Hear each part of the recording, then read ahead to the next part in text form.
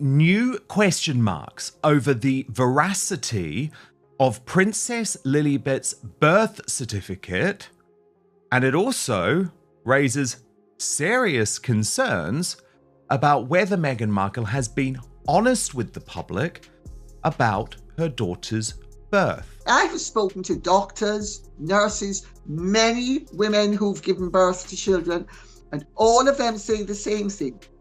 Those photographs of Meghan and the way the baby bump performed are totally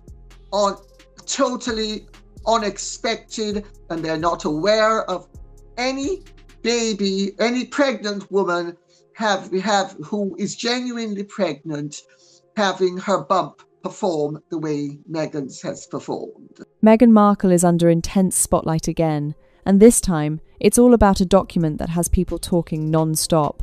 Reports are swirling after Lady C stepped forward with claims about Lilibet's birth certificate, and now the internet is in full meltdown mode. What exactly was revealed, and why is it causing such a massive reaction around the world? From royal watchers to casual fans, everyone seems to have an opinion, and the tension is impossible to ignore. As questions build and speculation spreads like wildfire, all other royal babies in the line of succession have had their births signed off. Princess Eugenie, Princess Beatrice, Sarah York, Diana Wales, Catherine Wales, you name it.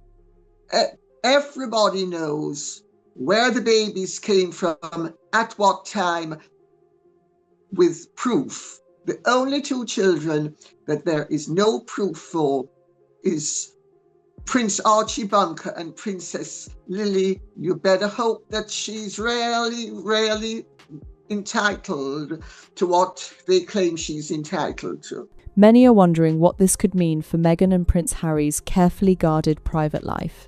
Is there more to the story than what's been shared so far, or is this just another wave of controversy hitting the royal circle? The timing, the claims, and the reactions are all raising eyebrows, and people are watching very closely to see what happens next. This situation is getting more intense by the minute, with fresh details popping up around Princess Lilibet's birth certificate, and people are starting to look a lot closer than before. What once seemed like a routine detail is now turning into a full-blown talking point, with many wondering if everything shared with the public really lines up the way it should. Even if you put the questions of whether Meghan actually bore these children to one side, Harry has now admitted on the record that he will not allow them ever to come to the United Kingdom. Well, some royal families would not allow young princes or princesses to be in the line of succession if they were not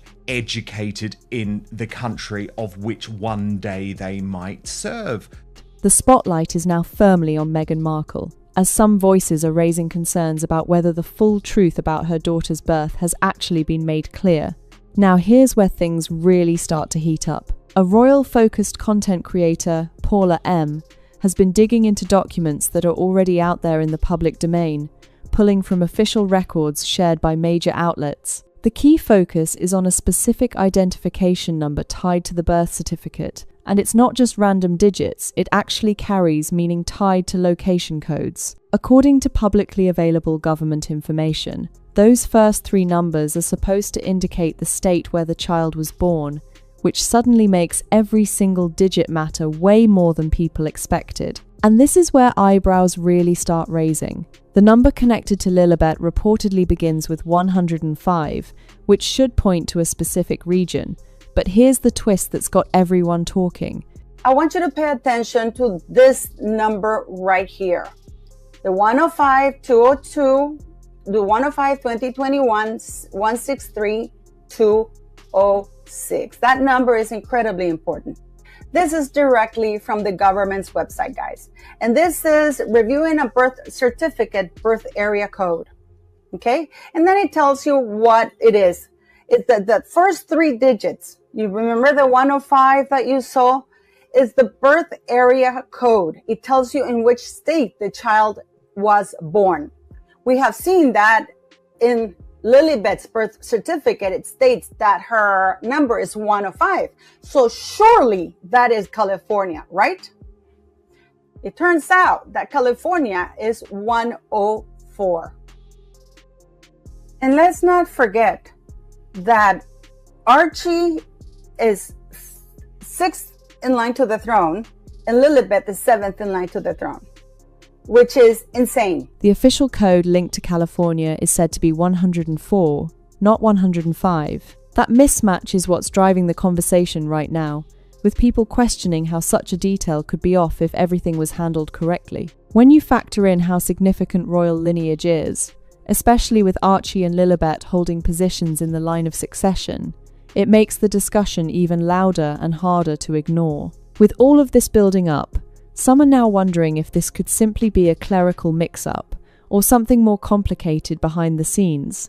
The document itself is being picked apart detail by detail, and critics are pointing out what they believe are multiple inconsistencies that don't quite add up at first glance. Whether it's a simple administrative slip or something deeper, one thing is clear: the conversation isn't slowing down anytime soon, and people are watching closely for what comes next. The conversation takes an even sharper turn as new claims suggest something that's really got people talking. The idea being pushed here is that the child may not have been born in the state many originally believed, and that alone is enough to spark major curiosity. According to the same breakdown of those identification numbers, the code 105 is being linked to Colorado, not California, and that switch is what's driving this entire wave of speculation right now. At the same time, Meghan Markle and Prince Harry have publicly stated that their daughter was born at Santa Barbara Cottage Hospital, with a very specific timeline attached to that moment. I don't believe that that's her voice, on the grounds that every photograph we've seen of the alleged children, their hair color changes, their height and body type changes, their face changes. So this is just, some random voice. All we saw was some little hand that seemed so small, it didn't seem like it belonged to a 3-year-old. So much was inconsistent about this that, I just think it's a kind of a turnoff. I'm not fine. It's not just making a mockery of the royal family. They are making a mockery of the United States Constitution. Correct. That prohibits the use of royal titles, especially in American politics. And Harry and Meghan, can't be ignorant to this fact. They've used the titles against congressional advisement on continuum, preceding public, even political speeches. So they simply can't do it. It creates a false sense of elevated status and reliance that the public have. But now, critics are lining up details from that story and questioning how everything fits together. There's even mention of a detailed narrative shared about the day, including a stop for food on the way to the hospital, which some people now see as an unusual detail given the situation being described. These small elements are being pulled back into the spotlight, with observers trying to figure out whether the story holds up under closer inspection. And it doesn't stop there. More attention is being placed on the medical professional connected to the birth, with claims that her practice was shut down shortly after that time, leaving some patients needing to find alternatives. On top of that, there's discussion about her household being closely tied to advanced fertility expertise, which has added another layer of intrigue for those already questioning the timeline and circumstances. None of this has been officially confirmed in a way that settles the conversation, but it's definitely adding more fuel to an already growing debate. What's really making this situation stand out is how it compares to past royal births. Traditionally, every detail surrounding children in the line of succession has been clearly documented, verified, and signed off in a way that leaves little room for confusion. From Princess Beatrice and Princess Eugenie to Princess Diana and Catherine, Princess of Wales, the public record has always been very clear about where and when each birth took place. That level of transparency is now being used as a benchmark, and people are questioning why this situation feels different. All of this is leading to one central point that keeps coming up again and again if there are discrepancies, even small ones. Many believe they should be addressed and clarified openly. With Lilibet and Archie both holding positions in the line of succession, the expectation for clear, consistent information is naturally higher. Whether these concerns turn out to be simple misunderstandings or something that requires deeper explanation, the demand for clarity is only getting louder, and the attention on this story isn't fading anytime soon. Now the discussion reaches its most intense point yet, with some voices claiming that there's a noticeable lack of publicly verified documentation compared to what has traditionally been expected for royal children. That alone is enough to raise eyebrows, especially when you consider how carefully every detail has usually been recorded and confirmed in the past. But so what we got was Lily's voice. And there's been a lot of people, including Angela, raising questions about this very odd-sounding voice. Now, when I was watching the Jamie Kern-Lima interview, was struck by Meghan's use of a word. Watch this. I love when things look beautiful. And even when you don't have a lot, you're able to make things look beautiful. You know, she's always talking about beautiful in a particular way. And guess who else on Sunday was saying beautiful? But what do we think, Lily? I think it's beautiful. For many watching this unfold, the focus isn't just curiosity, it's about whether everything surrounding these births has been presented with the same level of clarity seen before.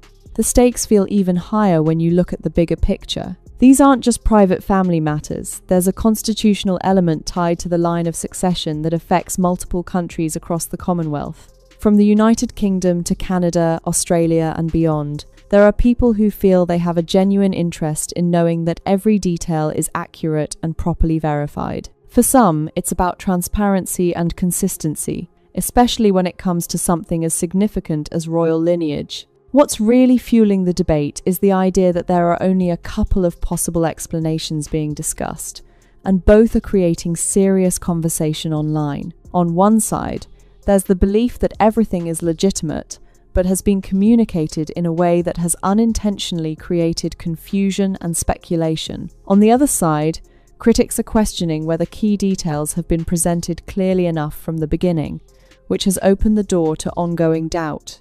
Either way, the lack of straightforward clarity is what keeps this topic trending and people talking. Adding to the intensity, there are claims that individuals with medical experience have weighed in, sharing general expectations about how birth details are typically recorded and communicated. While none of these perspectives alone provide definitive answers, they are contributing to a growing sense that something doesn't fully align in the public narrative.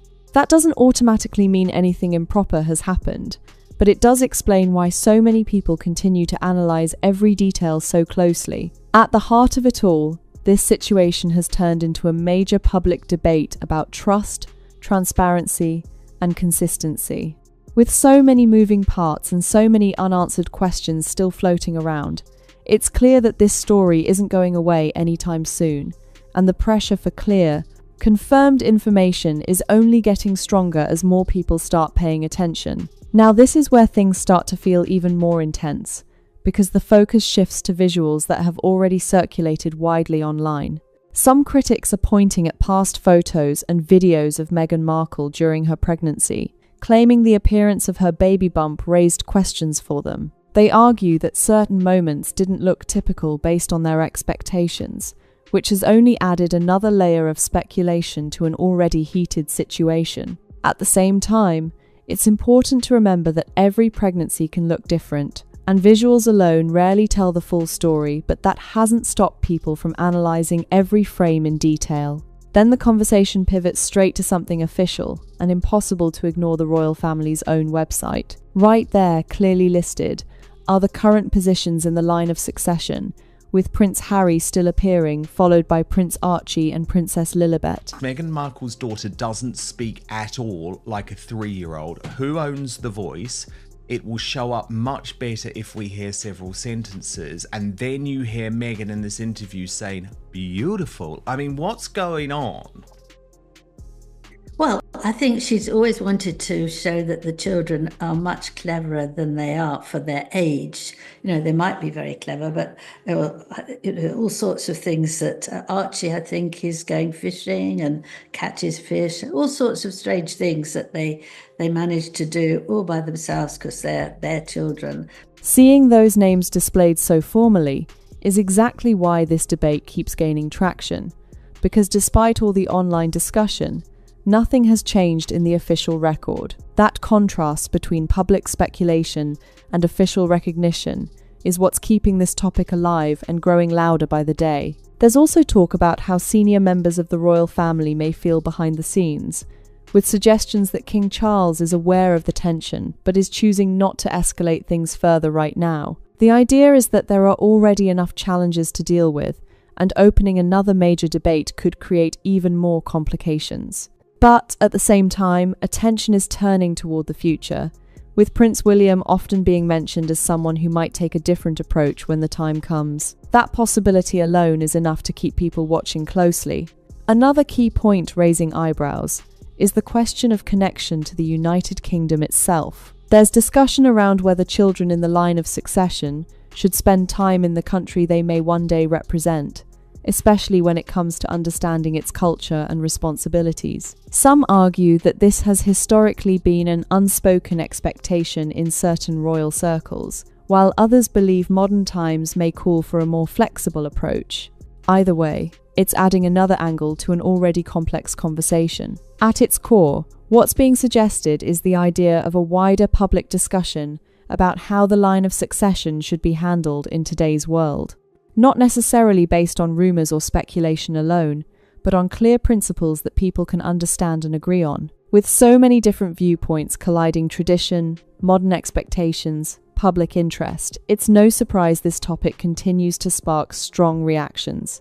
And as more voices join in, the pressure for clarity, consistency, and open conversation just keeps building louder and louder. Now the conversation takes yet another sharp turn, moving beyond the birth certificate questions and into a much bigger, more sensitive topic about national identity and the potential fallout of opening this debate too widely. Some voices are warning that if the issue of succession is pushed into a full public argument, it could spiral into something far more divisive than expected. The concern being raised is that once the conversation starts, it may not stay focused on just royal protocol. It could quickly expand into broader discussions about the monarchy itself and its place in modern society. There's a growing argument that introducing this kind of debate right now could trigger strong and conflicting opinions from all sides.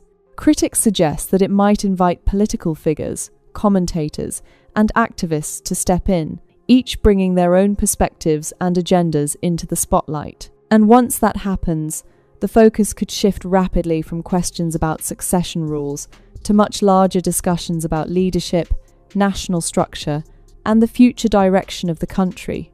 That possibility is exactly why some believe this situation needs to be handled with extreme caution. Another layer making this even more complex is how the monarchy operates across multiple nations, not just within the United Kingdom. Unlike some other royal systems where decisions can be made quickly at the top, this structure involves several countries that all have a stake in major changes. The hair color on these children keeps changing. There's one picture where this alleged Lilibet has sort of a sandy blonde hair from a distance, and then she's got bright, stark red curly hair. We don't know if, the Sussex squad and PR have photoshopped some of it. But the bottom line for me is that there is no consistent reference, no real point of reference for the faces of these alleged children. We have no idea what they look like, if they have Markle genetics, we don't know what they look like. That means any adjustment to the line of succession isn't a simple decision. It would require coordination, agreement, and careful consideration across different governments and regions. It's a process that naturally slows everything down and makes sudden moves far less likely. Because of all these factors, there's a clear divide in opinion emerging. On one side, people are calling for transparency and open discussion, believing that clarity is essential when it comes to something this significant. On the other side, there are those who feel that pushing too hard, too fast could create unnecessary tension and lead to unintended consequences that go far beyond the original issue. That balance between accountability and stability is what makes this situation so difficult to navigate. And while public demonstrations and opinions continue to surface, they don't always reflect a unified stance. Some gatherings opposing the monarchy have drawn attention, but reactions to them vary widely, with many observers questioning how much influence they truly have on the broader public. All of this adds to the sense that while the debate is loud, the path forward remains anything but clear, and every move made from here will be watched very, very closely. Now the conversation shifts again, this time focusing on public opinion, and it's not as dramatic as some might expect. Despite all the noise online, recent polling suggests that the royal family as a whole still holds strong support across the United Kingdom. The real drop in popularity, according to these discussions, appears to be more focused on Prince Harry and Meghan Markle specifically, rather than the monarchy itself. That distinction is important, because it shows that while certain figures may face criticism, the institution overall is still standing firm in the eyes of many. But then comes a serious point that adds a whole new layer of tension to the discussion. There's growing concern about how fragile the line of succession could become in the face of an unexpected major crisis. Historically, senior royals have been very cautious about travel arrangements, especially when it comes to key members of the family being in the same place at the same time. These precautions weren't random, they were designed to protect the continuity of the monarchy under any circumstances. Attention is being drawn to past warnings from Queen Elizabeth II, who was known for taking these matters extremely seriously. She reportedly encouraged strict separation when it came to travel, ensuring that direct heirs did not take unnecessary risks together. However, some observers claim that those practices may not always be followed as strictly today, which has sparked concern among those who think about worst-case scenarios. Even though such events are incredibly rare, the possibility alone is enough to make people pause and think about what could happen. This is where the debate becomes even more intense, because it ties directly into public perception of leadership. Some argue that if an unexpected situation were to suddenly change the line of succession, it could create a wave of uncertainty among the public. Others, however, push back on that idea, saying there is very little realistic chance of such an extreme scenario ever unfolding, and that focusing on it only fuels unnecessary speculation. The voice, did you sense Markle at all in the voice? No. I haven't sensed Markle at all from the beginning of this. And again, I think any family, when you're looking at genealogy and you're looking at photographs and you're thinking, oh, well, she's got his nose or her nose, and oh my God, there's grandpa's nose. We haven't seen any photographs to use as identifying point of references for family genetic traits. So we're left thinking, okay, are these stand-ins? Do they not want the real children seen? What's the deal? But we cannot say that these are Markle children. There's also a reminder of how carefully these risks were managed in the past. It was once standard practice to avoid having immediate heirs travel together, precisely to prevent any single event from impacting the future of the monarchy. Those traditions were shaped by experience and caution, and they still influence how people view royal decision-making today. In the end, this part of the conversation highlights just how many layers there are to the issue. It's not only about documents or public statements, it's also about long-term stability, risk management, and how the monarchy prepares for every possible situation, no matter how unlikely it may seem. And as these points continue to circulate, they only add more intensity to an already complex and closely watched story.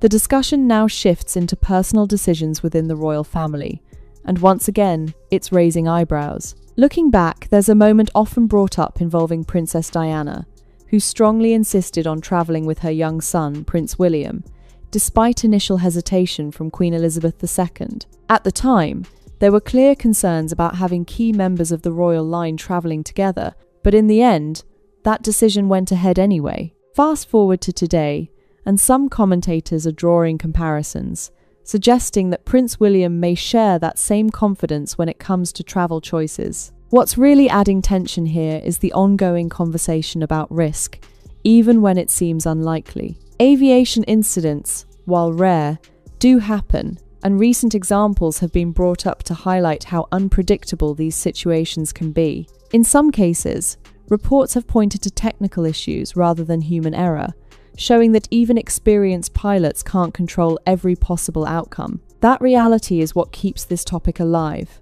because it's not just about skill, it's about the unknown factors that can appear without warning. There are claims that Prince William has been advised to be cautious with travel arrangements, especially when it involves close family members who are directly tied to the line of succession. However, some observers believe those warnings haven't always led to major changes in behaviour, which has sparked debate about whether tradition and caution are being taken seriously enough in modern times. It's a sensitive subject, because it blends personal choice with long-standing royal protocol, and not everyone agrees on where the balance should be. This naturally circles back to the bigger issue whether there should be a broader conversation about the line of succession itself. Some argue that raising these questions could quickly open the door to even more controversial topics, pulling in discussions about other royal figures and their positions. Once that door is opened, it becomes much harder to control where the conversation goes, and that uncertainty is exactly what makes some people hesitant to push for change too aggressively.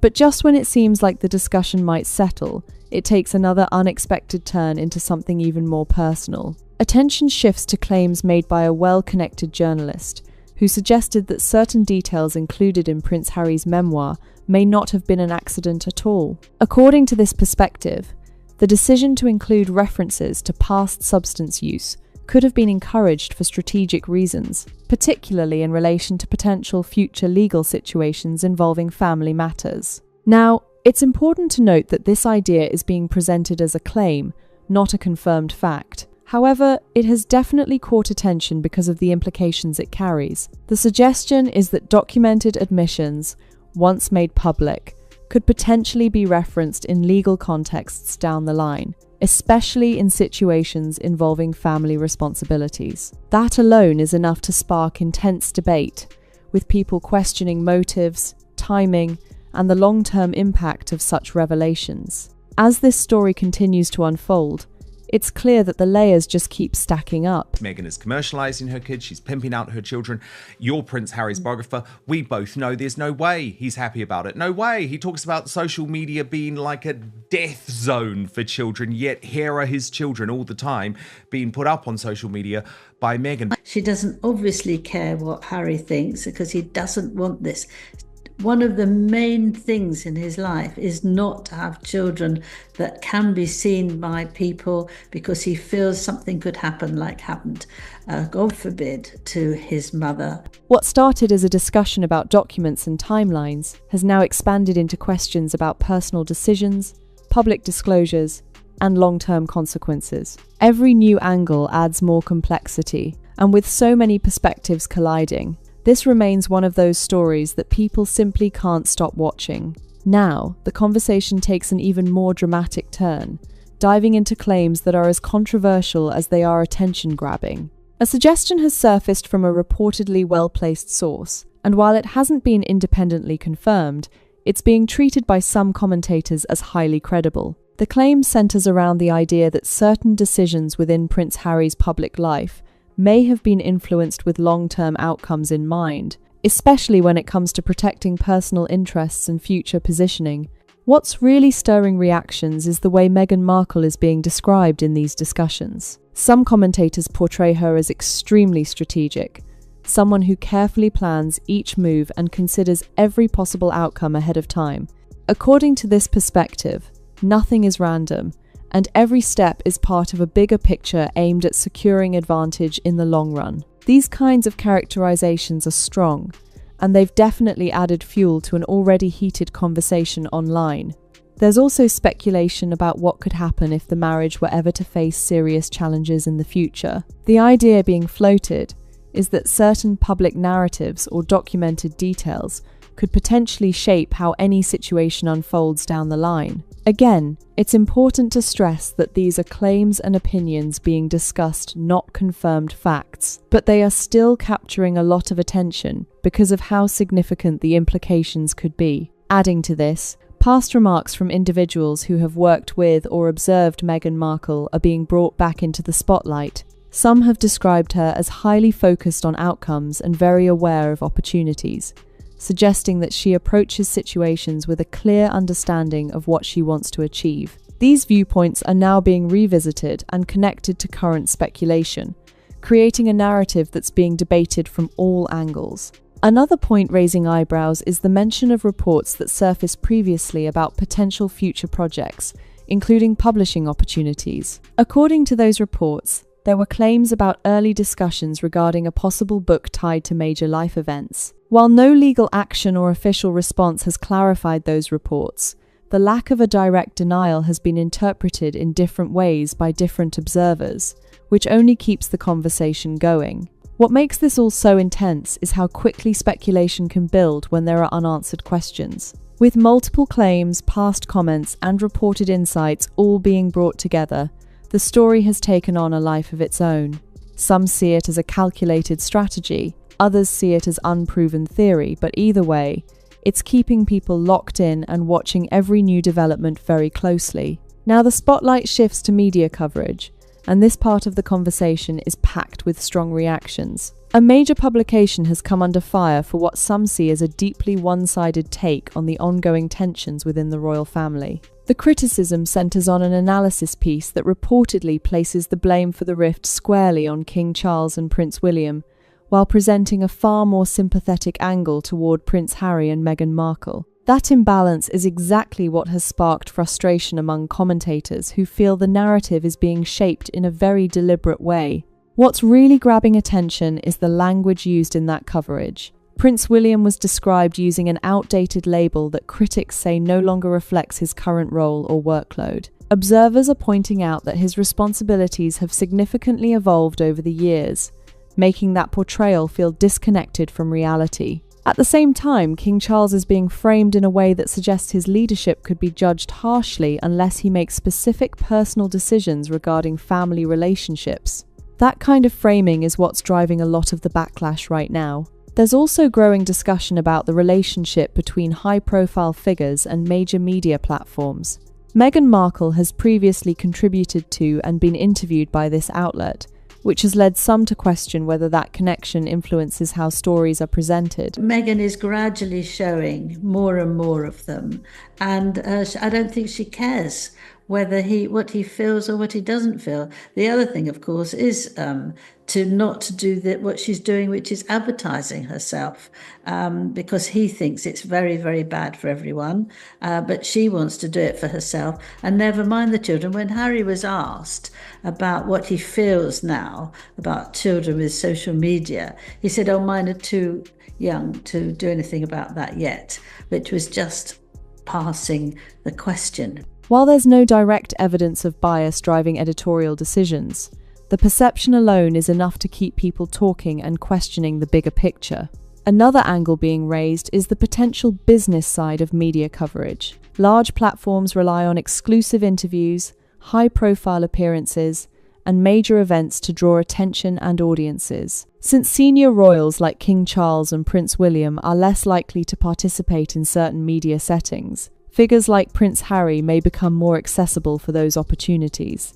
That dynamic could naturally shape the type of coverage audiences see, especially when access plays such a big role in storytelling. Beyond that, some commentators believe there may also be broader motivations at play, including political or cultural perspectives that influence how stories are framed for different audiences. Whether or not that's accurate, it adds another layer to how people interpret what they're reading and hearing. The idea that media narratives can be influenced by multiple factors, access, audience appeal, and perspective, keeps this debate going strong. At the centre of it all is a bigger question about trust and balance in reporting. When coverage appears to lean heavily in one direction, it naturally invites scrutiny and debate.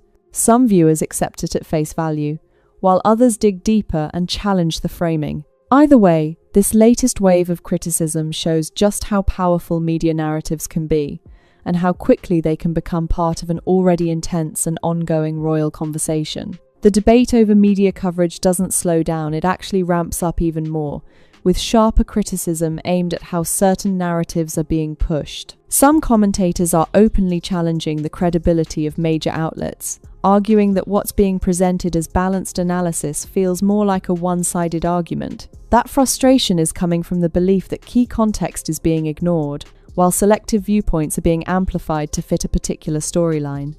One moment that's really getting attention is the reliance on specific commentators to support that narrative. A former royal correspondent is brought in to suggest that King Charles's legacy could be negatively affected by the ongoing family tensions, particularly if reconciliation doesn't happen. That statement has sparked strong reactions, with critics arguing that it oversimplifies a deeply complex situation. They point out that family disagreements, especially at this level, aren't something that can always be resolved neatly or publicly, no matter who is involved. At the same time, there's a counterargument gaining traction that shifts responsibility in a completely different direction. Some voices insist that the strain within the royal family didn't come from the top down, but instead from actions and public statements made in recent years that have added pressure to those relationships. This perspective highlights how public disclosures, interviews, and ongoing commentary have all played a role in shaping how the situation is viewed today. What really stands out is how divided opinions have become. On one side, there are those who believe leadership should focus on unity and reconciliation at all costs. On the other, there are people who argue that accountability and boundaries are just as important, especially when trust has been tested in such a public way. That clash of expectations is what keeps this conversation so intense and so difficult to resolve. There's also renewed focus on public perception, particularly when it comes to reputation and credibility. Past criticisms and labels are being brought back into the spotlight, with some commentators questioning whether those characterizations still hold up today. Others push back, saying those labels are outdated and don't reflect the current reality of the individuals involved. That back and forth only adds more noise to an already crowded discussion. In the end, this part of the story highlights just how powerful competing narratives can be. Depending on where you look, the same situation can be framed in completely different ways, each with its own set of conclusions.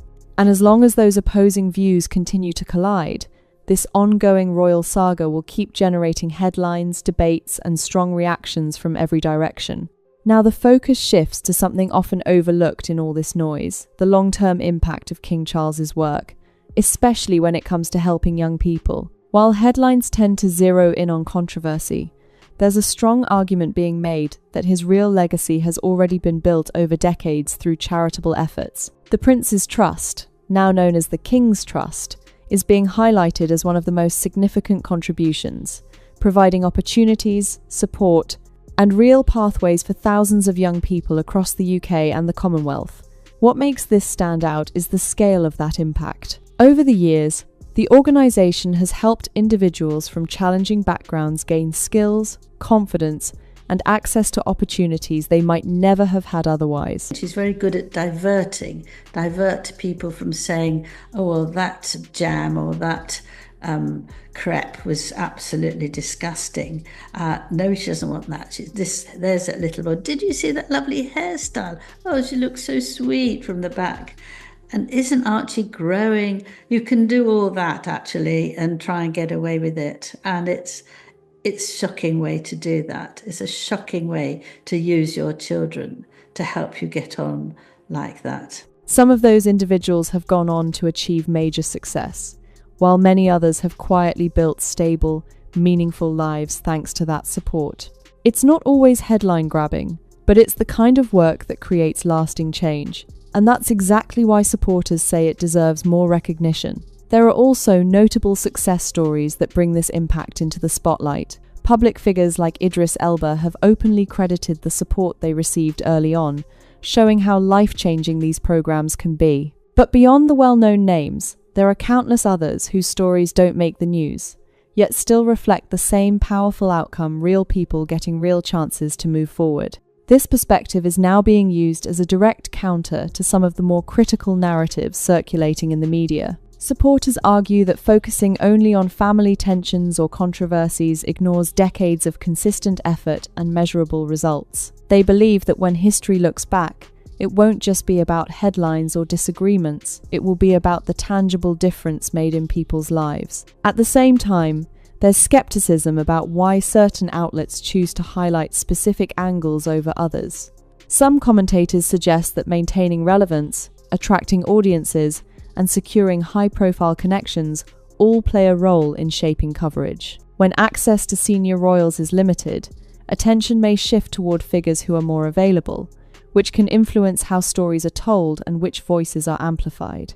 In the end, this part of the conversation brings things back to legacy and what truly defines it. Is it the controversies that dominate short-term headlines, or the long-term impact that changes lives over time? That question is at the heart of this debate, and it's one that continues to spark strong opinions as the story keeps unfolding. And just when it feels like every angle has already been explored, the story keeps expanding with even more details coming into focus. Attention is now shifting toward how these ongoing claims and debates are spreading across social media, where clips, breakdowns, and side-by-side comparisons are being shared at lightning speed. People aren't just watching anymore, they're actively analyzing every detail, zooming in on documents, timelines, and past statements, trying to piece together what they believe is the bigger picture. What's really driving this surge is the way online communities are dissecting information in real time. One post leads to another, one theory sparks 10 more, and suddenly a single detail, like a date, a number, or a location turns into a full-blown discussion thread with thousands of people weighing in. It's no longer just about official statements or media coverage, it's about public interpretation, and that can take the story in directions no one originally expected. At the same time, there's growing curiosity about whether any kind of official clarification could eventually step in to calm the situation. So far, there hasn't been a detailed response addressing these specific claims, and that silence is exactly what keeps the momentum going. For some, it's seen as a strategic decision to avoid amplifying speculation, while others interpret it as leaving too many questions unanswered. Either way, the lack of a clear, direct response is adding even more intrigue to an already intense narrative. There's also a noticeable shift in how royal stories are being consumed today compared to the past. Instead of relying solely on traditional media, audiences are now turning to independent commentators, content creators, and digital platforms to get different perspectives. That means the narrative is no longer controlled by a handful of voices, it's being shaped by a much wider and more unpredictable mix of opinions. And with that comes a faster, louder, and often more dramatic cycle of reactions. Meanwhile, royal watchers are keeping a close eye on any subtle changes, whether it's updates to official records, public appearances, or even the smallest wording in statements. Every move is being detarkvat closely, with people trying to read between the lines and spot clues about what might be happening behind the scenes. It's this level of attention that keeps the story alive, even when there are no major announcements. At this point, one thing is clear: this isn't just a passing headline. It's an evolving saga that keeps pulling in more attention with each new twist. And as long as questions remain unanswered and speculation continues to build, the spotlight isn't going anywhere anytime soon. As this story continues to unfold, one thing is impossible to ignore: the level of attention it's growing from every corner of the internet. What started as a few questions has now turned into a full-scale conversation, with people digging deeper, connecting dots, and forming their own conclusions. And whether you believe these claims hold weight, or think they've been blown out of proportion, the truth is that the interest around this situation isn't slowing down anytime soon.